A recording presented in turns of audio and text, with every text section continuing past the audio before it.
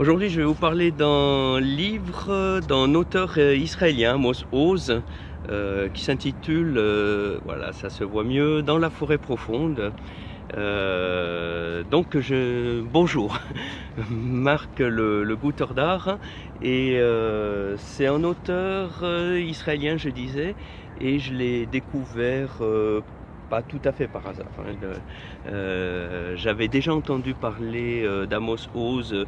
Je sais plus bien à quelle occasion, et j'avais été me promener dans les librairies. J'aime bien de temps en temps aller fureter dans les librairies. Je vais aller chercher plus ou moins au hasard, essayer de découvrir des choses que je connais pas déjà.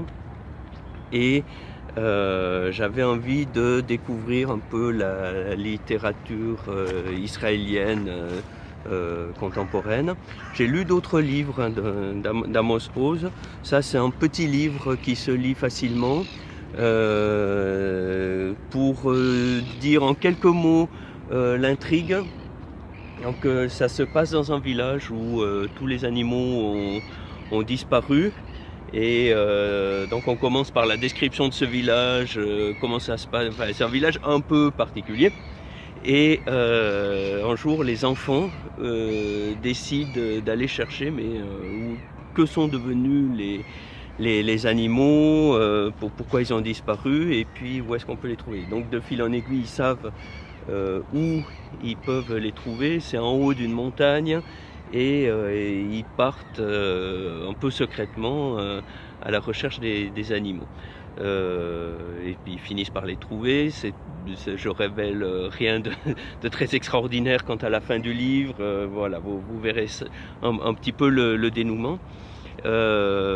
C'est une allusion assez transparente à ce qui se passe aujourd'hui en Israël et à la tolérance, quoi.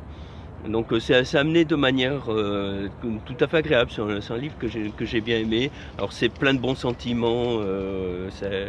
On peut aimer ou ne pas aimer, parce que la réalité est un petit peu plus complexe que ça, mais je pense que derrière il y a l'idée de faire évoluer un peu les mentalités à la fois de son pays, mais plus largement, parce que c'est un auteur qui est connu dans le monde entier, et pas seulement en Israël. C'est quelqu'un qui est même connu, reconnu,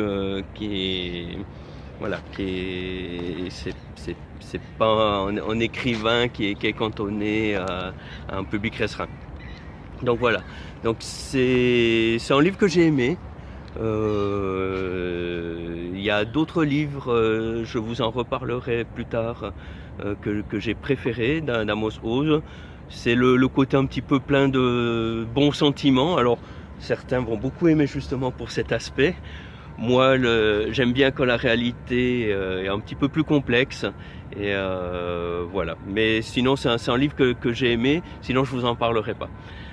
Voilà, je vous dis à bientôt, et puis à de prochaines lectures.